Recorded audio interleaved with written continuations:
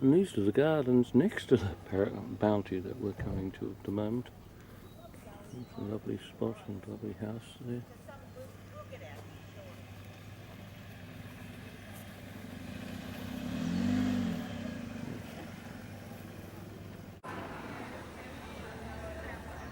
The Bounty.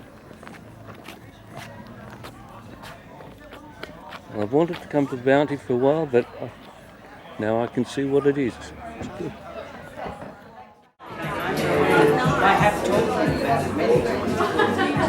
Yesterday on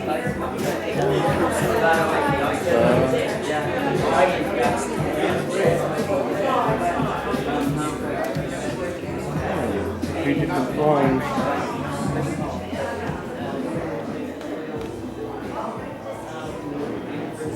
Room.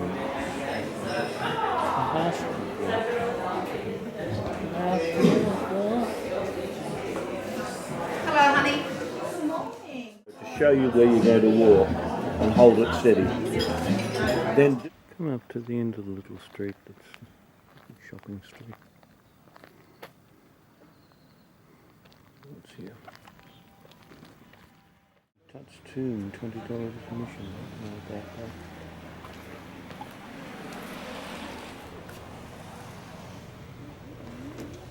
Well, I'm waiting to be collected for the progressive dinner, but look what's there. A cow busy eating stuff where it shouldn't normally be.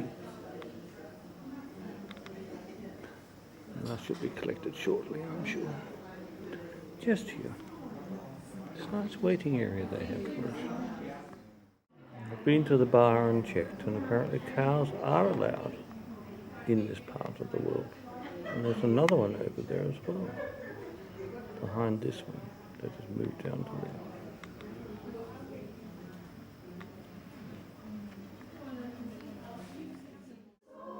New church choir started. The cow is out listening. Let's return to you.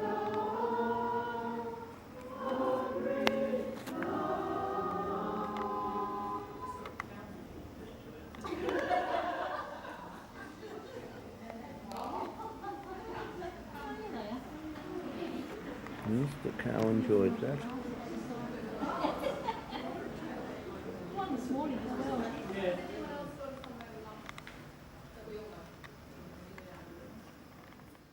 On the highway, there's just all developments. So we went back Okay, well, no, we when the kids were little. should rest And the dinner. pineapple farms had gone. gone. We used to walk the kids over to the pineapple farms for an excursion. Traffic in the mornings now are bumper to bumper. Well, good evening, folks. Yes, my name's John Christian. On behalf of Pine Trees, I'd like to welcome you to our progressive dinner this evening. Our first home is Sam and Tracy Sheridan's, down here in Collins Head Road, Allendale Drive, where you have your nibbles, sherry and fruit juice. Sharing. Yes. Sherry's lovely. Sharing. Now when we leave there, we go... Sam will tell you all about the history of his home property and family down there tonight. And when we leave, we go up the road a bit further to Duncan and Terry Grace for your main course. You do have a complimentary glass of wine or fruit juice with your meal on the table. And Duncan will tell you all about his home family and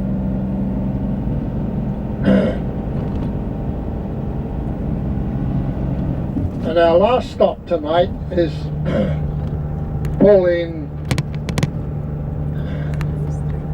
Pauline's down the road a bit further from that, where you'll have your dessert, tea and coffee.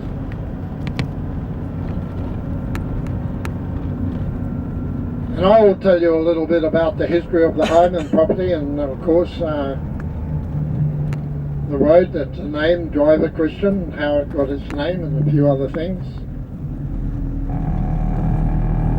And we should be finished tonight around 9:15. On the way through, I'll try and dodge some of these craters we have on the roads. They're not potholes anymore. but there's been specially designed for our progressive dinners. It actually helps shake the meals down in between courses. Hope you enjoy the evening and thanks for coming. We're actually running with another bus. Tian's the other driver on that. I'd say there'll be close to 40 people with us tonight on progressive dinner.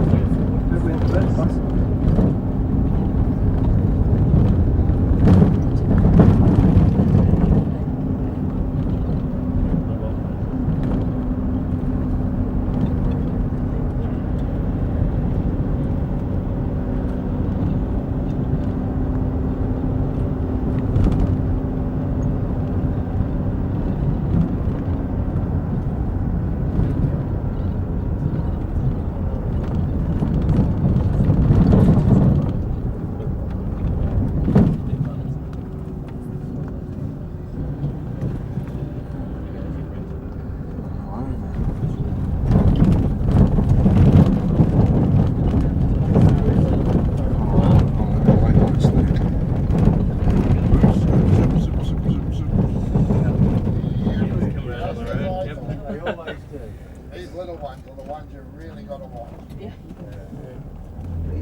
Cute things, aren't they? Yeah.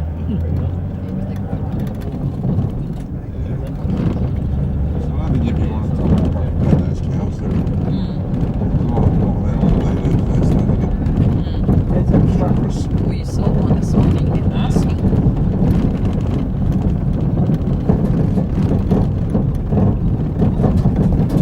I'm a bit nervous when we go up to Bruno when he's looks like his ears are going back and he's just grumpy. Good attitude. Yeah, that's his attitude. It's terrible.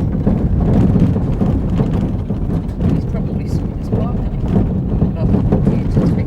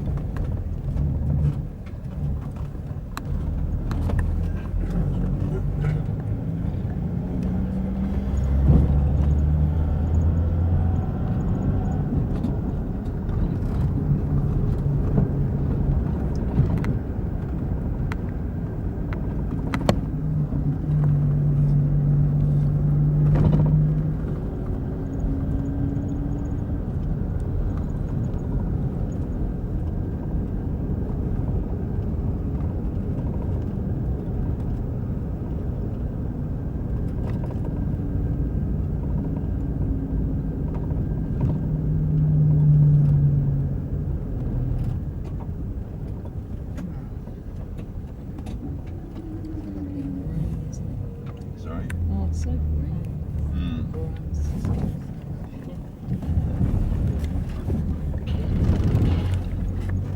The grubs ever get onto the domestic gardens.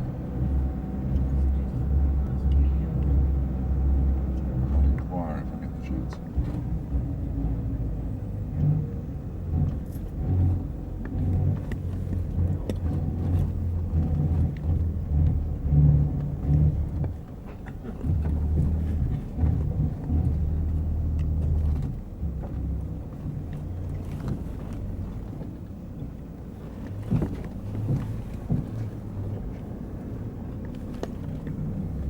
Feral chickens.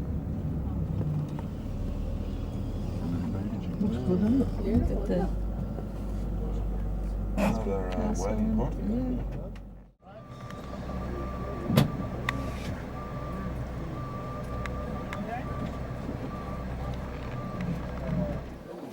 on. The view right out to the sea.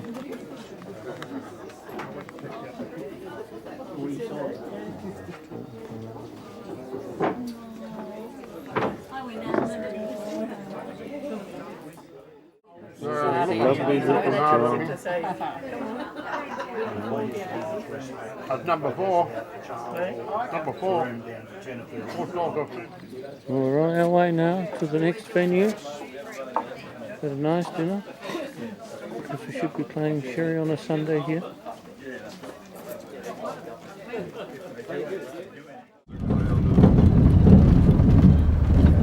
They're just heading down for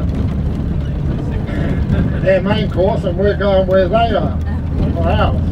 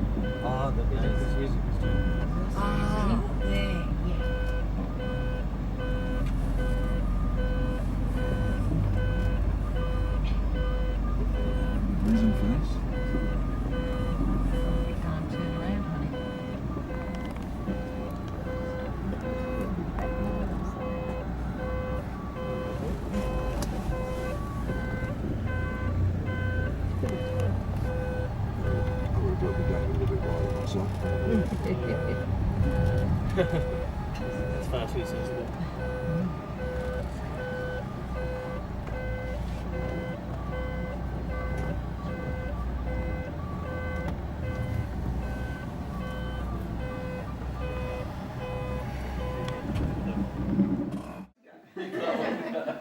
Where do you go for your holidays?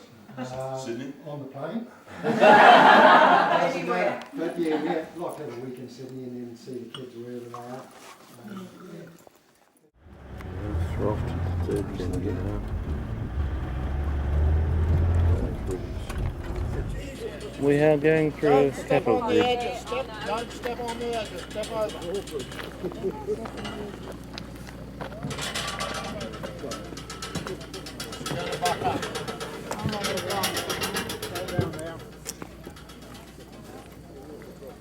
Don't step on the edge. Heading down here somewhere.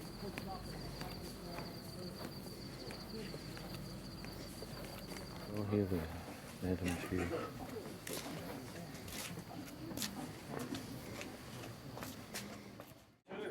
Reverse back. This? Is that it? So that, That's my fan. I don't know where.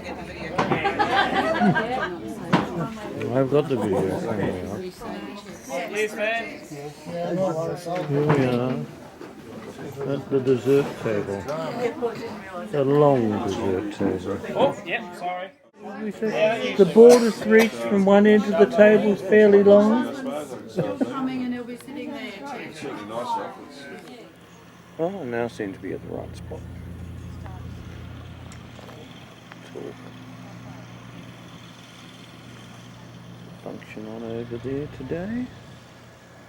So,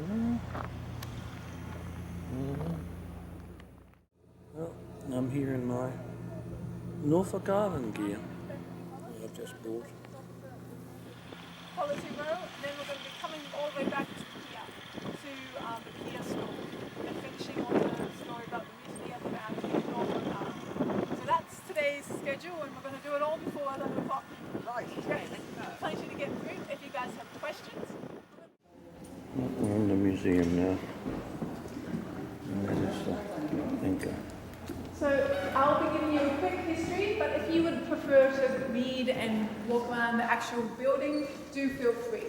If you'd like a quick summary of information, which probably you all know the foundation story very well by now, but I'll also be talking about the artifacts. So however you want to do this museum. First of all, the building itself is a second British settlement building, and it's the old Protestant chapel. So you had the chapel built here. Next door you had the prisoners' barracks. There was a 3-story building in that compound, and that's where the prisoners slept at night. And then on the other side of the compound you had the Catholic chapel. Now the two chapels were an initiative of Commandant Alexander McConaughey. Yes, so we have some people who recognize that name. He was the reformer. He introduced the mark system to Norfolk Island, which allowed them to earn privileges and even their freedom. And he built the chapels here, hoping that the prisoners would be would listen to chaplains, have easy access to chaplains, and change their ways. Unfortunately, they thought, well, Australia and his peers thought McConaughey was too soft, so they recalled him and replaced him with a really harsh commandant who repealed most of his reforms. But the chapel here is a good example of McConaughey's legacy, as it was still used after he left. There's a few seats just over there and also there. Now, I'm going to jump back to the Sirius story, which I'm sure many of you actually sat down and got to see the reenactment of Foundation Day, so you're probably very familiar. We have a lovely model of the HMS Sirius, and she's the larger model there. Beside her is the HMAT Supply. She was so small that she didn't qualify as a ship. They called her an armed tender, just to give you an idea from the size differences. So everyone knows the Sirius really well as the flagship of the First Fleet, and she was. However, she had already served many years as the HMS Pier and had went to the Americas and also the West Indies, they believe. So she was a well-traveled vessel. She was a go-to trader, so ideal for storage of supplies and such. When they refitted her and renamed her, she was renamed after the Sirius star, so the large star in the sky. She was then the protector and the coordinator for all the other vessels as they journeyed down to Port Jackson in 1788. Once they arrived, you had her job description changed dramatically. 9 of the other vessels from the First Fleet quickly nipped off back to England. They were privately owned and they wanted their money, leaving only 2 Navy ships, the Sirius and the Supply. And of the 2 ships, unsurprisingly, the Sirius was the one that they relied upon to get them out of all their scrapes. They sent her very quickly over to South Africa, Cape Town, to go and get food, because they were quickly starving in Port Jackson, so she circumnavigated the world to get those supplies back to the people in Port Jackson. She was nearly shipwrecked down the bottom of Tasmania, but did manage to link back in and deliver that food. When she was nearly shipwrecked, she lost her figurehead down in Tasmania, so the lovely reconstruction back there does give you a great idea of what the figurehead looked like. Strangely enough, it was a male figurehead, and they believe it might have been Lord Derek. What was it? But you said it should be something. Well, yes, and there's a lot of sailors walking here, and they say that the Sirius, of course, she wrecked because they changed the name very bad up, and she was led by a male. So you've got quite a name and Is that scale there? it is the scale, so it gives you a good indication. However, the anchors are awfully large, so we say it's about the scale. Jump back to the story, we've got 2 years passing, 1788 to 1790. Many important things happened in those 2 years, but we highlight 1790 because it was, again, a year of very low supplies. Port Jackson, harvests fair, very starving. This time, however, they wanted to send the Sirius to China for another urgent supply run. But they got this lovely letter from Norfolk reporting about all their good crops and how well it was going over here. Who delivered the money? Who delivered the mail? The supply of Chancey was doing too. The supply was a ship that, sorry, the supply was doing a lot of runs between Norfolk Island and Port Jackson. So it was also the ship that established the colony here. The Sirius had never made a trip to Norfolk Island before 1790. And it was only to make one trip, but never to leave. To Kingston, and that's where the trouble started as the weather changed. The Supply, knowing the waters really well, got away fine. She tacked and got away. The Sirius tried tacking as well, and she couldn't maneuver into a circle. So she tried the other way. She tried jiving, which is against the wind. And so she comes along the foreshore and is heading for the gap between the Pier and Lone Pine. However, there's a rip that comes through that channel every so often, and it was present that day, bringing the Sirius to a standstill, and the wind swept her into Slaughter Bay. And that's just back towards the pier there. So in the scheme of a maritime disaster, which it definitely was, there was 2 good sides. The entire crew got off safely, there was no lives lost. Secondly, it was shipwrecked quite close to shore, which again, where there's the lady who has listed, yes, thank you. Meant that there were a couple of convicts who could be sent out. swim out and they released animals and such. But as we noted earlier, those two very helpful convicts also found them wrong.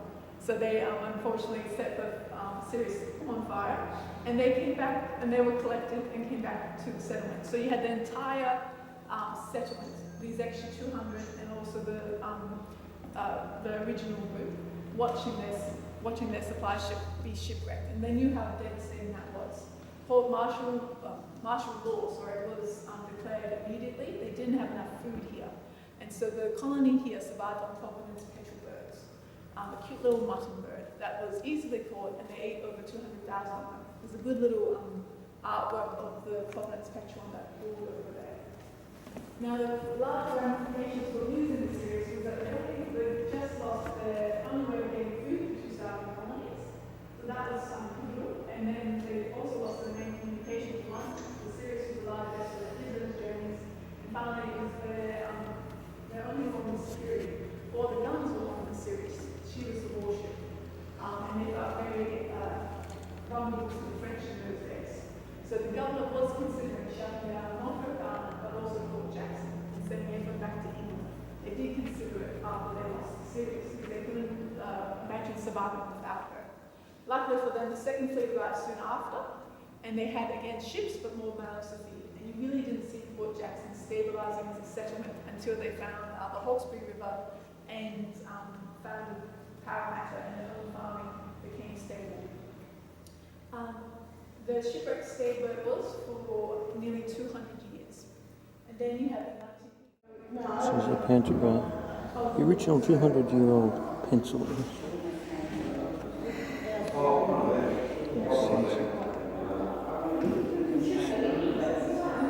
The sextant. There's the sextant.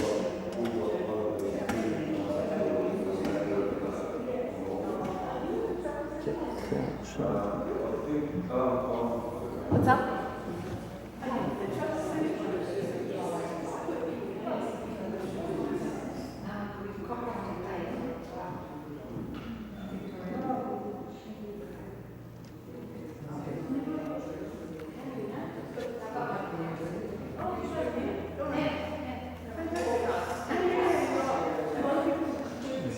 In the round paper trials, normally it deteriorates. Done dry, 200 years. We have a cow. Cows are very skittish at cars, but this is where they live their life. I'm pretty sure they don't. Yeah.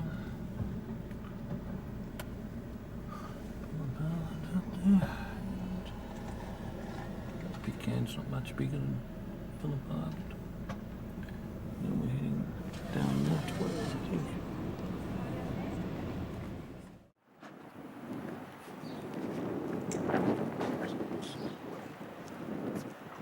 Somewhere where also it's the Pecan's Church, Kingston.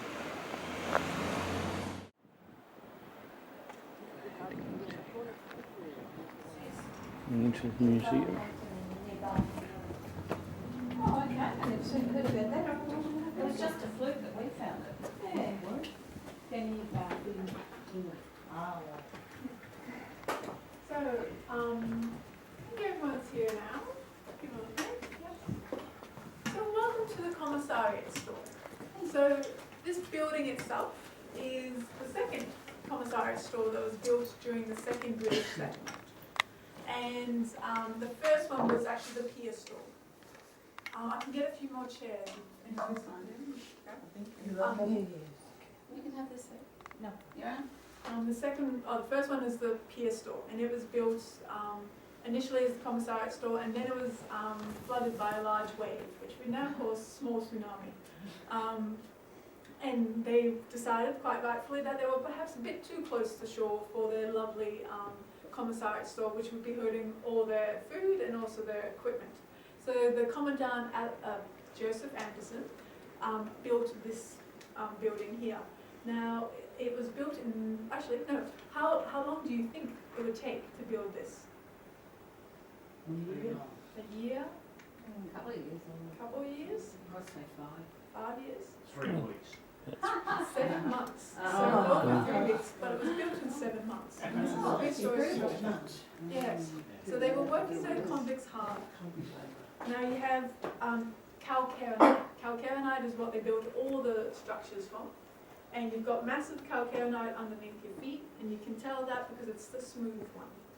That's massive calcarenite. And then the second type that they were building with is bedded or rubble calcarenite, and it's a lot more rough, and it was used in the construction of the walls.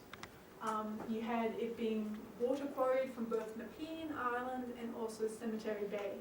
And if you were a convict that was in someone's bad books, you would get stuck water quarrying, and you could be doing that up to your waist in water. So it was not a job that you wanted. So it's a natural rock.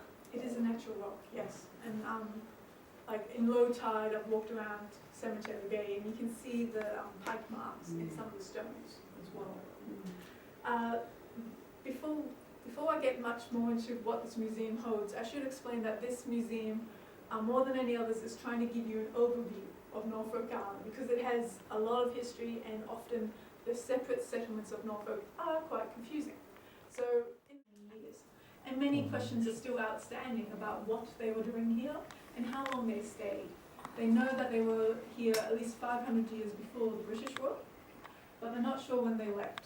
Good old Captain Cook arrived in 1774 and didn't record any mention of the Polynesians, because he was at the north of the island. When Philip Gidley King, who was the first British settlement, 1788, arrived, he was like, oh my goodness, look at all this Polynesian stuff, because they came to the south of the island. They quickly found plantains, bananas, which they knew had to be cultivated. There was also rats, which came with both settlements actually. The Polynesians brought their rats, and they're cute in the white valleys, and the other rats, the brown rats, Rattus rattus.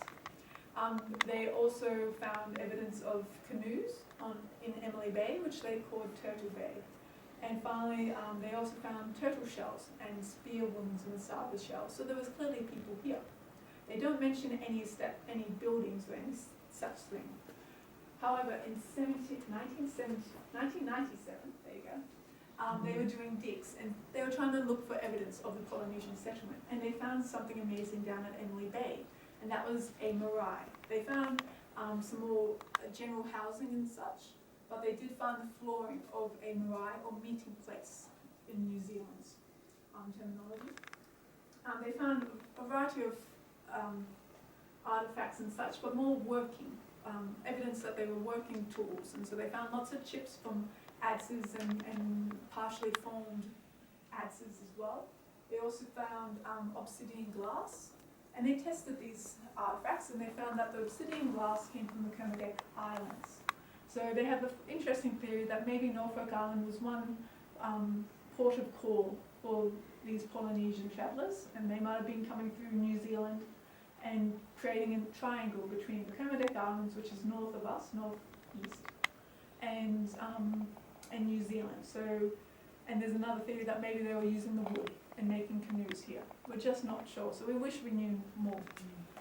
There's evidence of different things that they were eating. You've got, of course, the fish. They found a rubbish pile, which was very helpful. They knew they were eating crabs, fish, hee shells, also turtles. And so if you're wondering what skeletons are in that case there, that's all skeleton bones of a turtle. And of course the lovely rats, which they brought. Some think that they might have been eating them, brought them as a food source, but that's not clarified or confirmed. 1888 to 1814.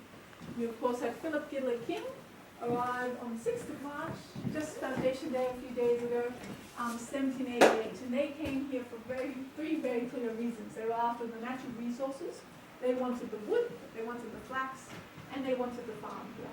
So we've got some really lovely examples of the Norfolk pines sitting over there. Captain Cook had hoped that they would make beautiful masts for ships. They didn't, because you can see those lovely branches intersecting in the wood, and that made it a very fragile mast, and it would easily crack under pressure. The second thing that they were hoping for was flax, and when they came here and settled and they had women working the flax, they figured out it was a different variety and very hard to work. And so a reasonable plan, it seemed, was that they were going to kidnap 2 people from New Zealand because the Maoris could work with blacks. And so they kidnapped Huru and Tuki, 2 young men, and brought them to Norfolk Island. And once they got over the language barrier, they quickly discovered that Huru and Tuki were like, that's women's work, we can't help you. So Huru was the son of a warrior and Tuki was the son of a priest.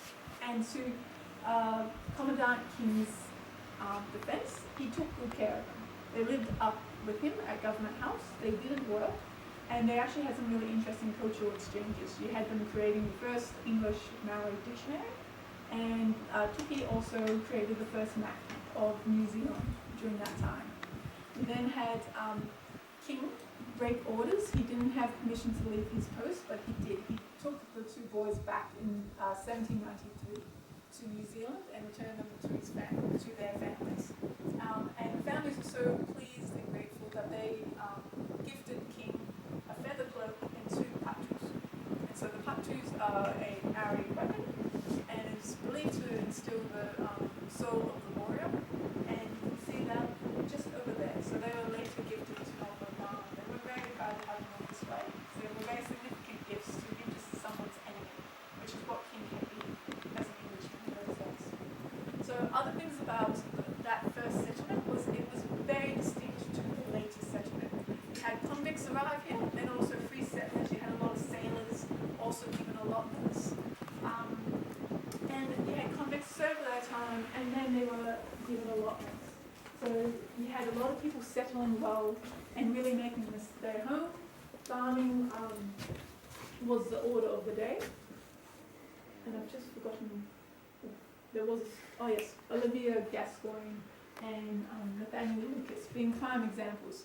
You had convicts really turn their life around and being able to get become quite stable, have families here as well, and then and be quite successful. Before the settlement was decided, it was going to end in 1804. So quite an entire 10 years before it was officially shut. And so you had lots of families convinced to leave Norfolk Island by the government because they pretty much said to them, if you have 1 acre of cleared land, we'll give you 3 down in Tasmania. So they were well compensated, but it also showed how much these settlers didn't want to leave. This was home. There was another problem with Norfolk Island, which was one of the deciding factors that caused it to shut. It, of course, the Sirius was shipwrecked here, but that was one very bad example of the shipping problems that Norfolk Island had. It was expensive to send ships here, and there was often a lot of time in between when they didn't hear anything from anyone. And so the settlers who were growing crops really struggled to get their crops back to Port Jackson and make a good export. They decided that they were going to serve these settlers, and they decided they were going to make a ship, and they did. The wood might not have been good for masts, but it was very good for the rest of the ship. They created a little sloop called Norfolk, and proudly sent the sloop off to Port Jackson loaded with goods. So they did really well. It arrived in Port Jackson, and the governor freaked out. He was like, "That's from Norfolk? Are you kidding me? You're not allowed to build ships. You're a penal colony. Do not teach these convicts how to make their own escape."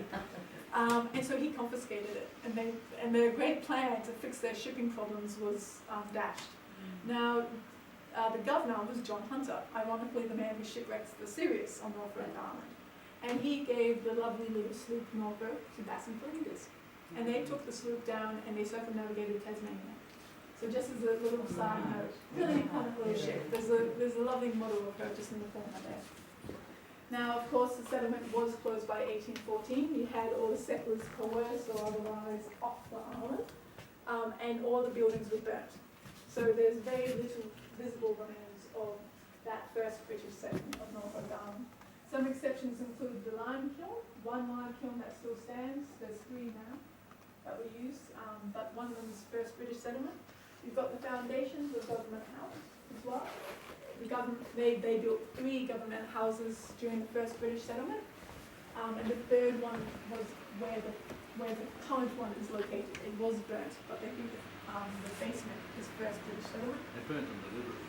Yes, they did it as a deliberate attempt to pretty much make sure that Ireland was not an attractive place to settle for the French. They were still paranoid about the French. And there's another, oh yes, there's one or two ruins, like I believe they know where Nathaniel Lucas and Olivia Gascoigne had their property, and so there's a few ruins there which are also first British settlement. Now behind you, we're suddenly fast forwarding 11 years, and suddenly you guys are now in the second British settlement. So this settlement is vastly different. While the first British settlement, all their buildings were made out of wood, and it was all about settling and farming. This settlement was all about prison. They established it to pretty much convince people in Australia, do not reoffend, do not get caught for any crimes, because you could be sent to Norfolk Island, and it is a nasty settlement. You probably won't make it off. We've got good evidence of buildings. This photograph taken in 1867, so a good couple of years into the Pitcairn era, but it shows you some of the buildings that have now been lost. We've got the entire lumber yard here. This is where you guys just went, the Sirius Museum, Old Protestant Chapel, Catholic Chapel, and the beautiful prisoners' barracks. That's where they all stayed if you were just being a normal convict. If you were in trouble, then you were in the new jail. And the new jail was a Pitcairn prison and state of the art for its time. There's a good little bird-eye view of that on that little diagram framed work there. And basically, there wasn't much supervision. It was reduced supervision the way it was laid out. And you also had isolation 2 cells up the back here.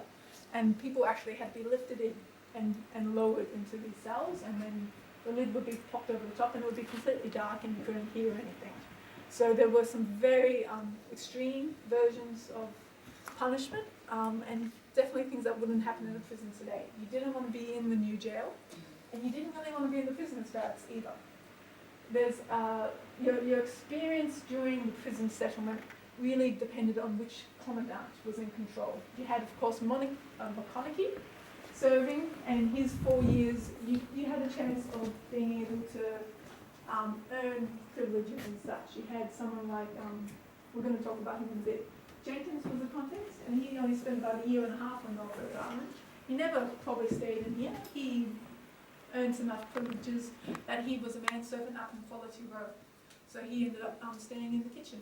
So his experience would have been very different to someone serving down here during Commandant Price's era, which was known for being a very cruel and harsh time.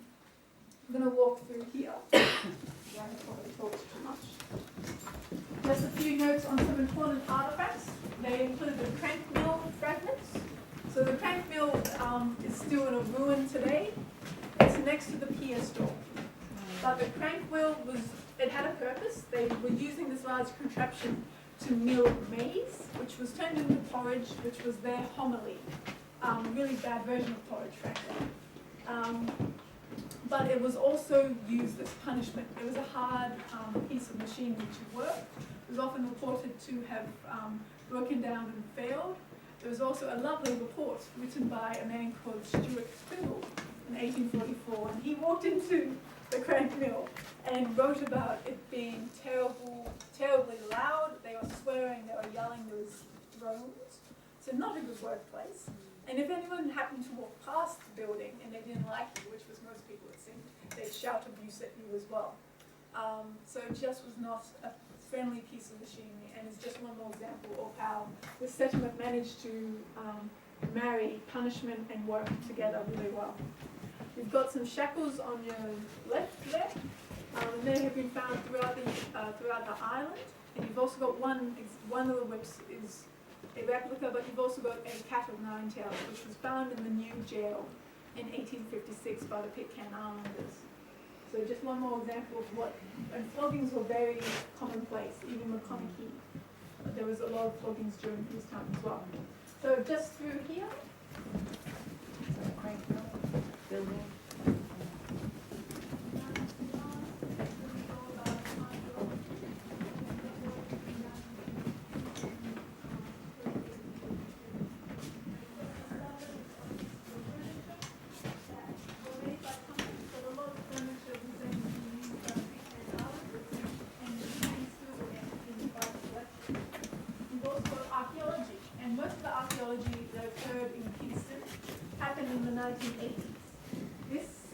case here shows you many artifacts that were found in the Civil Hospital's privy. Privies turn out to be an archaeologist's playground. They really enjoy it because very strange things are thrown down the toilets. They include the lovely clay pipes. And clay pipes weren't unusual in convict sites. However, on Norfolk Island, tobacco was illegal for convicts to have. However, they did get it, and guesses how? They grew it. No, they didn't grow it. Convicts would have struggled. Sometimes they had. McConaughey had gardens, but the troops, the military had gardens. And they were sometimes not that much better than the convicts. They caused the commandant problems, and they had a good black market most often. Which is probably how convicts ended up with both the pipes and the tobacco. The going theory is that if you were busy smoking away in the toilet and was about to get caught, far better to throw your pipe down the toilet than get caught with it and be up for at least floggings. Do have a good, nice look at them because quite a few of them are quite pretty. They've got ships, they've got horses' heads, they've got people with moustaches. They're really interesting little pieces of evidence. You've also got some lovely calcarenites. So this is the massive calcarenite, which they were very good at carving. It just shows you the vast skills that they had as stonemasons. And you've also got pieces with interesting symbols on them. So you've got a G and maybe an N down there, a B. And that matched them up, so they knew exactly where to put them. And then there's some symbols we're not sure about. So that lovely ledge has two hashes on either side, and that might have again been matching it up. So you kind of like the IKEA version of A and B. And there's the famous arrow. Yep, and you've got a lovely broad arrow on this one here too. Now on the other side you've got more information about archaeology, but also restoration years. And that again happened a lot a little bit in the 60s, but mostly late 70s and 80s. And we're going to be talking about the shingle at number 10, because it's one of the buildings that they did restore back to its original function. Just have a look at the wooden mallet and throw, because that's still how they get their pieces of shingle now. Basically, you have the mallet and you wax the piece, the throw with the mallet, and then you splinter the wood until it actually comes off in a splinter. And there is your lovely piece of shingle. Then you have to do hundreds of them. Made from Norfolk. Because you do Norfolk pine, Norfolk pine doesn't last quite as long. So when they Alexander McConaughey. Norfolk pine lasts 15 years, which I thought was pretty good. But what has been used in The bookshelf down there, I actually have two of the books. One of them talks about McConaughey, how the Graham Seal book talks about McConaughey and how good he was. Well, relatively. So apparently the Norfolk Island Museum has the largest blue and white china collection in the Southern Hemisphere. So a lot has been discovered. And there has also been a lot of time used in reconstructing all this ceramics. All those pieces behind you are also reconstructed. And if you'd like to have a go or share in the pain, we can have a good shot at that lovely puzzle, the 3D puzzle over there. So it does get a bit fiddly. I think someone's actually finished it. We'll have to redo it. We will now be leaving the Commissariat store and headed to number 10. So just up the road. I'll see if I can get there first, but if not, you can either park on the street or you can just turn into the little paddock next door in between the old military barracks and the number 10. Was all penal settlements sent to Tasmania when it closed down? When it closed down, So both settlements were sent to Tasmania? Yeah, Ironically, that is the case. So 18 cents down to the first British settlement. They were set down, and because those settlers didn't all want to leave Norfolk Island, we've got them renaming Tasmania, Norfolk Plains, and also New Norfolk. And Queenborough, we've got Queenborough on Sandy Bay. And I should mention, very good point, this map is handy for seeing the old names of Norfolk Island. And it's colour coded, so you've got Queensborough and Phillipsburg being two other townships in the first British settlement. Phillipsburg being quite near Cascade, Queensborough being closer to the airport. And then if you look at the red ones, the second penal colony had a lot of names. The second large establishment was Long Ridge, part of the second British settlement, and that is quite. Kingston was known for having all the incorrigibles or the re-offenders down here. They tried to split them because they ended up with a whole lot of poor convicts straight from England, so pickpockets and such, and they got stuck on Norfolk. And so you had a bit more of those, maybe a little less hardened criminals at Long Ridge because there's a lot of agriculture. And you can see up the west of the island they had a lot of farms. Big man.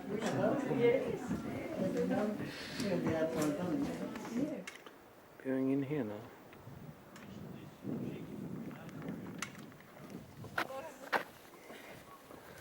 Yes.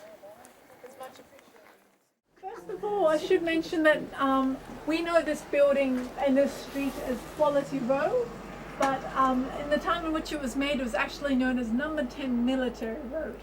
Unsurprising because they had all the military and the civil officers living along this street here. The first building constructed for Quality Row was actually number 11, very helpful in name, and number 11 is just on the oval. And so that was actually it was supposed to be the Protestant chaplain's place, but it was actually the Catholic chaplain's place. And then you slowly have these other buildings added. Now, one of the first men I'll be talking about here is Thomas Seller. And he's quite important because he's the foreman of works.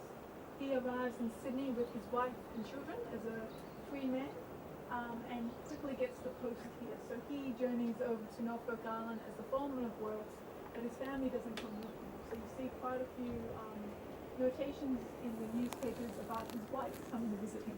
They publish the shipping passengers, so we know that she did visit quite often. Thomas Seller initially slept behind the crank mill in an old hut.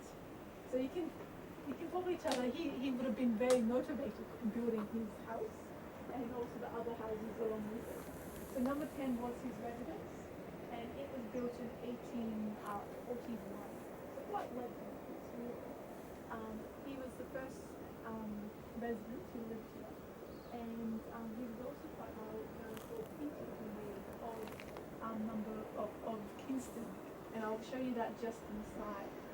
Mr. Seller, because his wife wasn't living with him, perhaps, but he also had a manservant posted with him here, and so his name was William Jenkins, and that William Jenkins had initially been caught for cattle rustling in England, sent over, and had served his time in Australia, and then he'd been caught for horse stealing. So he was a reoffender, and that was the person who got sent to Norfolk Island. Now, despite Norfolk Island's reputation then, Jenkins' experience on Norfolk was very different. He was posted as a manservant. He didn't have to stay in the three-story building, and he actually got his own private residence on it. He lived in the kitchen, which we'll be showing you in the back there. But his door did have a lock, so you might be a trusted servant, but it's still a convict. A note about, we've had a lot of questions about the shingles. I'll be talking about in a moment. All the buildings along Quality Row are Georgian in architecture, and to a 19th century citizen, you could have walked along this road and been able to tell the status of the person living inside. There's, according to its size and also its prestige, you had different classes along Quality Row. And so this is a second class quality house. Just next door is a first class house. And so you had the Royal Engineer living next door. And so when on it, you can visit go in and have a good look. Difference between the two places was the annex or the kitchen. You've got a small two-room annex, and next door there's 3 rooms to their annex, so a lot larger.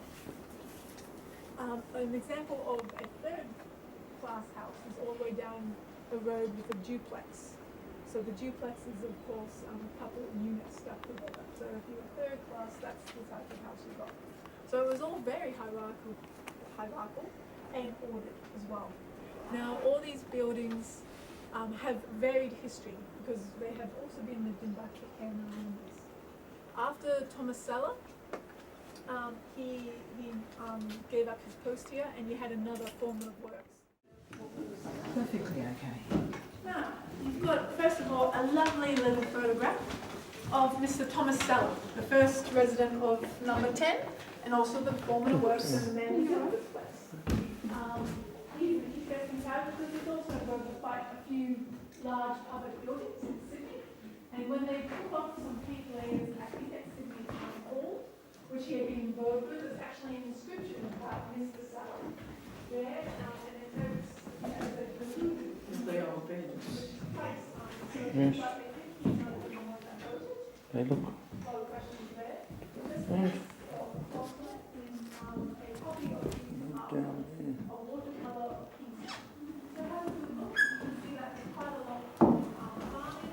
Areas as well, but you can see the main buildings, including the Pier store, and I think the jail is pictured along with the government house. So it's a lovely summary document of what I was seeing. On your left, the first building, the first room there is the bedroom. And the bedroom has a really interesting feature, which includes a cold cellar. So in between the two beds, you see that there's a cellar underneath. And they would have been using that for keeping everything from their cheese to butcher meat. And it shows that the coolest place in the house, especially in the house, is big home. All the quality row houses have a cellar. Just next door is the room that we have as the dining room, the sitting room. And there's a few features in here which show that Mr. Sella, in his second-class house, took a few liberties for his position and stuck in a few elements that would not normally be in a second-class house. And that includes the lovely bookshelves there. So he was everything about housing, and particularly the sitting room, which is where you welcomed visitors in. It would have been quite a formal room. This is the little furniture and such in here. It's not of what Tomasella would have had on display, but the bookshelf is interesting because he wouldn't usually have that in a second-class house, but clearly gave himself a bit of a perk and easily showed his visitors that he was an educated man and that he enjoyed books and gave him a bit of a status as well. Just in this next room is it's displayed as a study, but it's not the study itself. So this area we turned into a study to show you the desk. The desk is from the Royal Engineers Office, it's believed, because it has an ED stamped on it, Engineering Department. It is a lovely map desk, which is consistent with engineers who would be doing the planning for quality road and infrastructure. But we also showed the doors here because metal is very valuable in those days. They didn't have a lot of it. And the board mentioned board hours to you guys. You notice that that's not a locking mechanism and the board hour.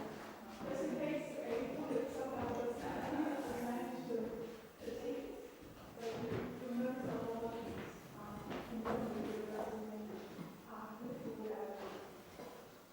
Now, as we go back into the hallway, the other convict made era furniture is that lovely desk there.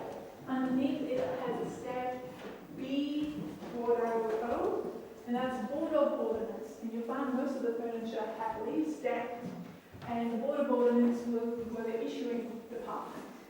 And that one also has an extra stamp on it, and that's CP, and we believe that that's Commissariat department. Norfolk Island is very rare in that it still has this convict era furniture on island and in situ. Most other Australian convict sites don't have that because they've all been used and reused in various forms. So we walk into the dining room. In the dining room we point out again all the lovely blue and white ceramics, and you've seen some examples of this already in the Commissariat store. However, these ones have been found in this site. So when the archaeology digs occurred in the 1980s, they did pull all these from the dunny, or the privies, the toilets. And they've been reconstructed to give you pretty much a good indication of a full dinner set. So we know what the Pitcairn Islanders and maybe the penal colony era were using. Quite fancy, quite nice standard. Now, I bring your attention to these because there is a story about them, and the fact that in 1908, I've already mentioned that there was a little bit of a governance tension between the islanders when they arrived and the New South Wales government. Pretty much how much say these two parties have in government of the island. By 1908, you have, of course, Pitcairn Islanders living in these buildings, sometimes for a full generation. And they're noted to be falling into disrepair on some occasions. So you have the New South Wales government turn around and go, we are going to rent these, we're going to ask for money. And you have the Pitcairn Island, well, Norfolk Islanders say, no, we've been living here, this is when my children were born, this is where my mum has been living all these years, we're not paying rent. So you had some people refuse, and they were evicted in 1908. And then you had other people, and I think it was the chaplain of the Church of England was living in number 10, and he continued living here. So you didn't have any disruption of of residence in number 10. But you did have 4 buildings which experienced evictions and then were later intentionally burnt by Norfolk Islanders out of protest. And the ceramics is another story in that it was an act of protest because of this pressure to pay for living in Quality Row, and that they pretty much smashed a lot of their earthenware and threw them down the privies. And this is where, at least in this property, it doesn't make sense because we find a lot of smashed ceramics down the privy, but this was one place that wasn't evicted. So we can't explain that, but it was definitely true that there was a lot of angst in 1908, and there were a lot of people who lost their homes. Now they all did have 50-acre allotments uptown, further into the island. So you had a lot of people switching from just working that land for farming to actually starting to build housing and such. And that's also a reuse for the stone down at Kingston. So some buildings have fallen into disrepair, and people happily reuse that stone in verandas and such. Now we're going to pop out into the courtyard and talk about another resident who lives here. Next to the door is a paint scraping they did in the 1980s when they brought this building back to its original appearance, and that included looking at what paint colour that they might have had originally. So the lovely pink salmon decor inside is an accurate representation to what Commmisariat should have had. Now, in this courtyard, originally it wouldn't have had this lovely shade. It was constructed later by the Church of England chaplain who lived here for quite a few years. He clearly got sick of getting wet in the two places. We finished on Miriam Christian as being one of the first residents from Pitcairn Island to live here. Her husband Isaac Christian unfortunately dies during a whaling voyage, and leaving Miriam at an older age, but she goes to live with her children who have various residences around the island. Now she gives number 10 to Mr. Phelps and Mrs. Phelps. They're Americans who have come to Norfolk Island as Methodist missionaries. Sounds pretty tame, but for Norfolk Island that wasn't, because as Methodist missionaries they were the first differing denomination to arrive on island. Prior to that, you only had the Church of England with the Pitcairn Islanders. You have the Methodists arrive and cause a bit of a stir. You have neighbours protesting and sticking at each other. The administrator swears in constables to keep peace between the families and such. However, you do find a method of Mr. Phelps and Mrs. Rock making a good home here, and they did have good friends. They had their services at the old military barracks, but just next door to the headquarters set up here. Happily, they also wrote about their time here. So you had Mrs. Phelps talking about the beautiful flower garden out the front of number 10. They describe the house here as the faith house of Norfolk Island, and in the courtyard they make special note of the beautiful peach tree that was here. It's no longer here. Shame, because apparently it had the most delicious peaches around. We've got a garden here which is hoping to show that in the penal colony at least they would have been relying upon herbs from their garden, and there would also have had an unhealthy veggie garden as well, just in case you weren't getting what you need from the Commissariat store. I'm going to make quick note of another lovely piece of food technology, which Norfolk Island is very good at producing. Pardon. We've got a lovely dripstone in this pantry here. You've got the larder on both sides, which has its original shelf work. Basically, the dripstone is a piece of massive calcarenite. So just like what we were seeing in the Commissariat store, it was carved. They would fill it full of water, and the water would drip out. So it was like their version of a filter. And Norfolk Island stone became so well known at being a good dripstone that it became kind of a brand name. Kind of like the Esky is now. Norfolk Island dripstone was a title that they trusted. You find the Norfolk Island dripstones appearing in Port Jackson and Sydney. There's an example of it still at Elizabeth House, Elizabeth Farm. And you've got, they've found Norfolk Island dripstones on, as far as Western Australia, on one of the shipwrecks that was caught on that terrain over there.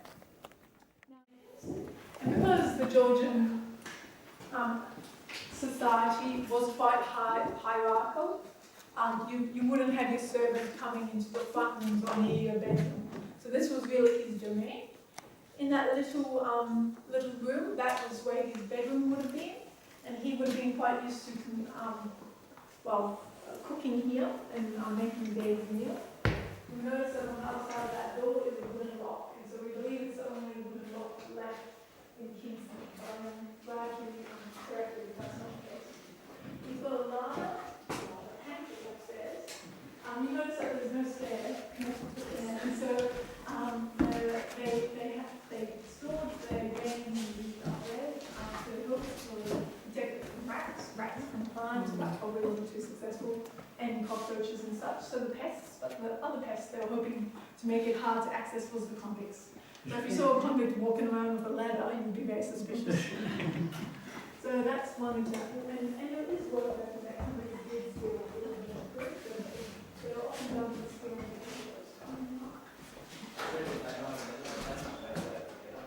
maybe, or maybe they never stole, maybe that's why Jenkins was picked, maybe he wasn't going to steal, who knows.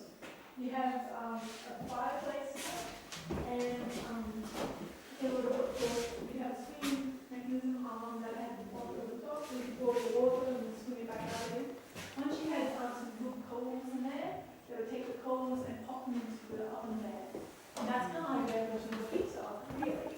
But it was where they were and arrowroot is kind of, it created a taste a lot like tapioca.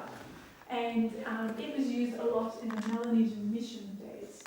To give you a quick note about the Melanesian mission, that's where you get St. Barnabas from, that beautiful stone church. Melanesian mission arrived in 1866. Again, a bit of the governance problems happening at that time. You had the Pitcairn Islanders going, no thanks, but you had New South Wales go, yes thanks. Check out the deniblated corn husk at the end, and so you get all your corn separated off for you as well. I'm not sure if they're there, but there might be a few little pamphlets which you can take, which summarise the different residents of Norfolk Island in the next room. And there's also some close-up pieces of shingle that you can see as well. Ceramics were.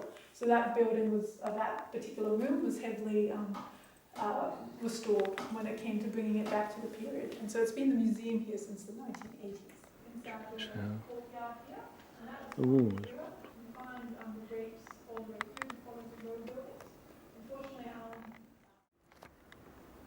Oh, there's big spider webs. Let's see where the spider is at. More spider webs there.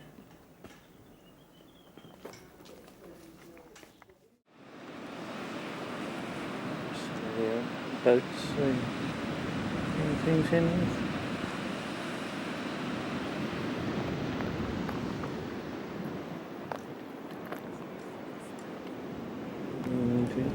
the Pier store. Museum. Just in there.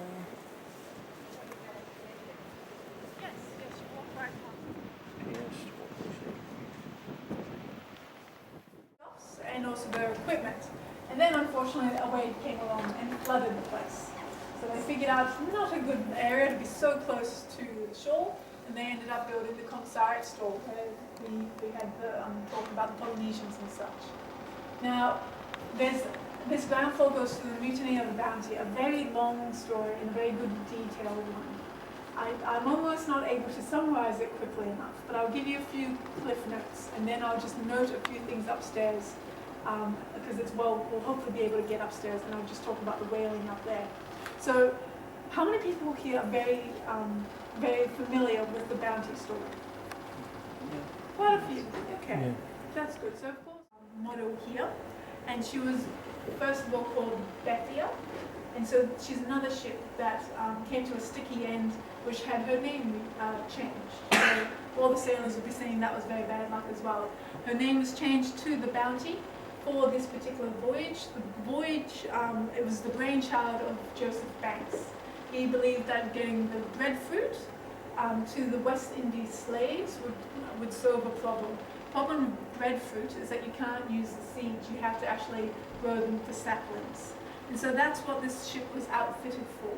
It was outfitted as a nursery for the breadfruit. So there's quite a large portion of the ship dedicated to the breadfruit's care, not so much the crew. Confronted with Queen Victoria's face, and that's because she was a very important place in the Norfolk Island sensibilities, and they have a great love for the Queen because she was the one that allocated the Norfolk Island. And she did have a great they were her favourite community, if that made sense, because it did make waves when the Americans and then the English finally found the descendants of the mutineers. It had been a mystery for many years. Now, the anniversary day, also known as Bounty Day, commemorates the day that the Morishire arrived in 1856, and it's marked by a parade these days. You have the community dressed up in traditional clothing with their beautiful hats, and they come from the pier down to the cenotaph and then down to the cemetery, where they lay flowers and also sing traditional hymns. And that's followed by food. These guys are great cooks. They've got everything from Tahitian influences to American influences. Just behind you here is the Melanesian mission case, and you'll be remembering that I mentioned the Melanesian mission as arriving in 1866, and so there's lots of students from Melanesia. And so you've got some artifacts that have been left behind. They did bring a lot of the thing that was imported on. Around the corner, further on past the seats, you will also see two pieces of furniture, and that is Norfolk Islanders learning a trade at the Melanesian mission. So it looks rather like pieces of furniture at St. Barnabas, and that's because the same person was teaching people like Ethel Rossiter how to carve, and that was mirrored in their own architecture at St. Barnabas. You have Mr. and Mrs. Phelps, so the people who lived at number 10 after Miriam Christian, the Methodist missionaries. This was their organ, and there's a lovely photograph of them both. Mr. Phelps actually passed away here, so he's buried down at the cemetery, and Mrs. Phelps has a really interesting story because you'll find whaling as a predominant industry on Norfolk Island, particularly during those days. Mrs. Phelps couldn't get home, and she was homesick. And so you had the Methodist church around her, and they prayed. And the whaling season was ending, and the Methodist church had a whaling company. And so they were like, we feel this is going to work. They hopped on the boat, and they went out for one last look, and they caught a right whale. And you don't catch right whales around here. Apparently right whales are the expensive ones, and so they made a mint and were able to send Mrs. A. Phelps home. And that story is very well known. It's just known as the right whale story on Norfolk Island. Yes, which brings us to the whaling industry. And so you had, as early as the Pitcairn Islands arrived on Norfolk, soon had whalers turn up. Whalers were a constant feature even during the penal colony days. they had whale ships turn up and they didn't talk about it. The whalers were also used to go on Buchanan from Buchanan, so they followed them to Norfolk Island. And you quickly had Norfolk Island was going on whale ships, and whale ships leaving cabins wide on Norfolk Island. So really interesting cross-cultural exchanges there. So you find a lot of American influences in the food, and also the language. When you say walk away, and pushing is the reply, the story is that pushing is actually an American influence. Okay. Here are some implements from the early days. You've got two distinct eras of whaling in Norfolk. The early one was very simple. They hopped into boats, they had their companies. If you saw a whale, you'd stick up the flag, my whale, don't take it. And then you would hand park in that whale, and if you got to sleep, then you had to go over the back. A lot of hustle. And they would be using it for whale oil. And that was how Norfolk was actually making a little bit of money. Everything else about they were actually in monetary terms quite poor. And it was all about farming and what you get off the land. Whaling was the one thing that they were earning money on to actually purchase items. The second industry, you had that whaling die away after World War II started. It was all men and trade. It came back in the 50s. And it was different. It was using mechanical parts of it, and guns. And you also had the Cascade Whaling Station. So they had the CSIRO road in American Public Scientific Analysis as they were going.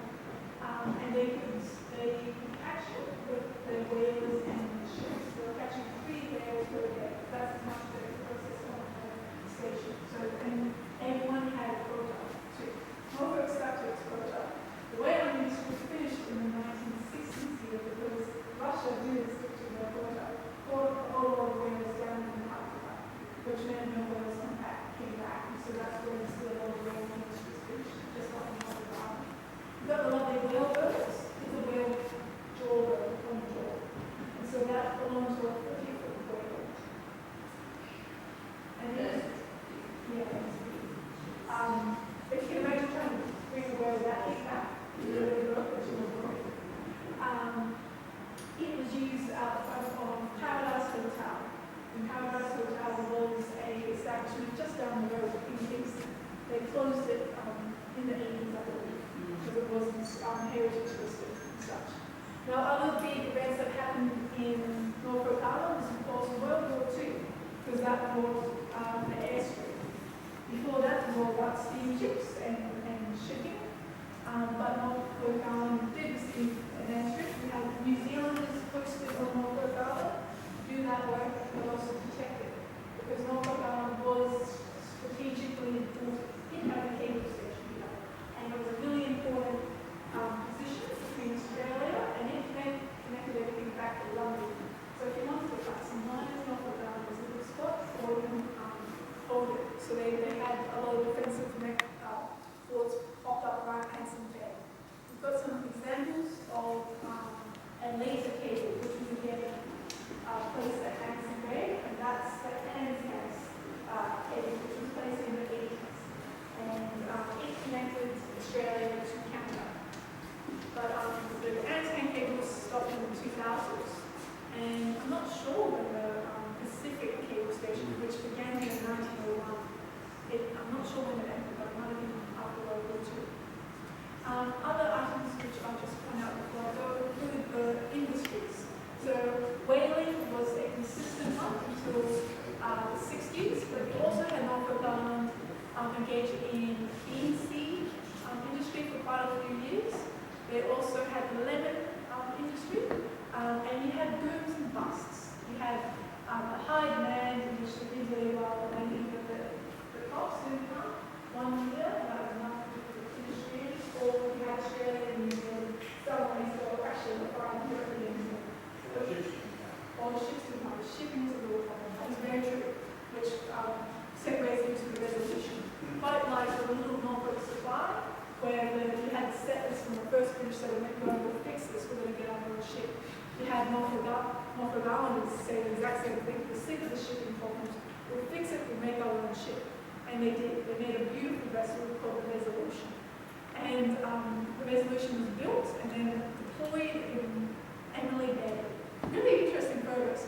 And they had a lovely ship all loaded up and it got stuck, unfortunately, on the little reef. And so they were like, we'll fix this, and then blasted the reef. So if you're at Emily Bay, you see this little stick? Yeah, the little stick is marking the channel out of Emily Bay, where they blasted the reef to get the little level resolution out. And it did get out, and it did quite well. But they found, they installed an engine in it next. They found that their food and their product was still spoiled by the time they could get the resolution over to New Zealand. And so they eventually had to sell the poor ship. And they sold it off, and they sold it to burnt pine. And it serviced the surrounding islands for many years. It was noted by different shipwrights who would mend it and such for being very strong. So it was very well built, but they couldn't keep it, and they didn't fix their shipping. And it's still. Oh, we've got a very nice time here. Heading back up to town now. Island there. One's Phillip Island, the other's something else.